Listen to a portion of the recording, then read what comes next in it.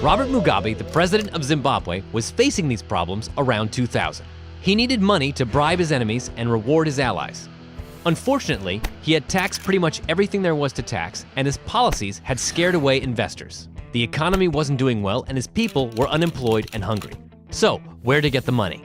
Well, one of the perks of running a country is that you get your very own money-making machine, the printing presses.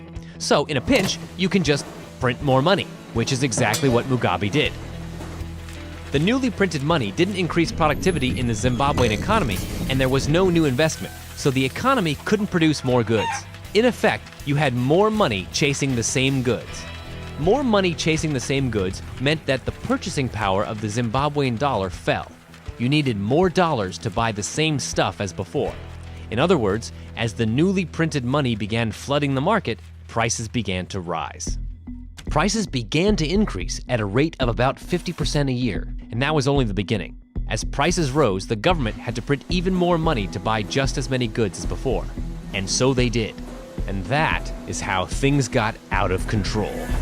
The faster prices rose, the more money the government printed. And the faster prices rose. A feedback loop. By 2001, prices were rising at a rate of 100% per year.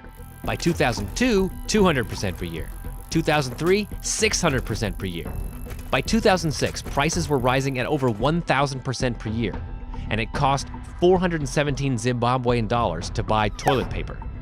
No, not per roll, $417 per sheet. Money was devaluing so quickly that the money you had in the morning would be worth quite a bit less by the evening. So people were trying to get rid of currency as soon as they got it.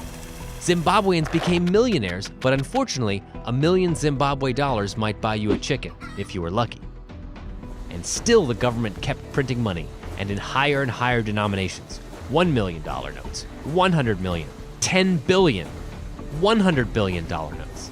In 2008, prices started rising by thousands of percent a month, and the government started printing $100 trillion notes. At the height of this feedback loop, prices were increasing at an astronomical rate of 7.6 billion% a month, and $1 US would get you, well, we're not sure how to say it, but this many Zimbabwean dollars. By the end of 2008, the Zimbabwean dollar had effectively ceased to exist, and Mugabe had no choice but to legalize transactions in foreign currencies. The Zimbabwe hyperinflation was over. Hyperinflations have occurred in other countries such as Yugoslavia in 1994, China in 1949, and Germany in 1923.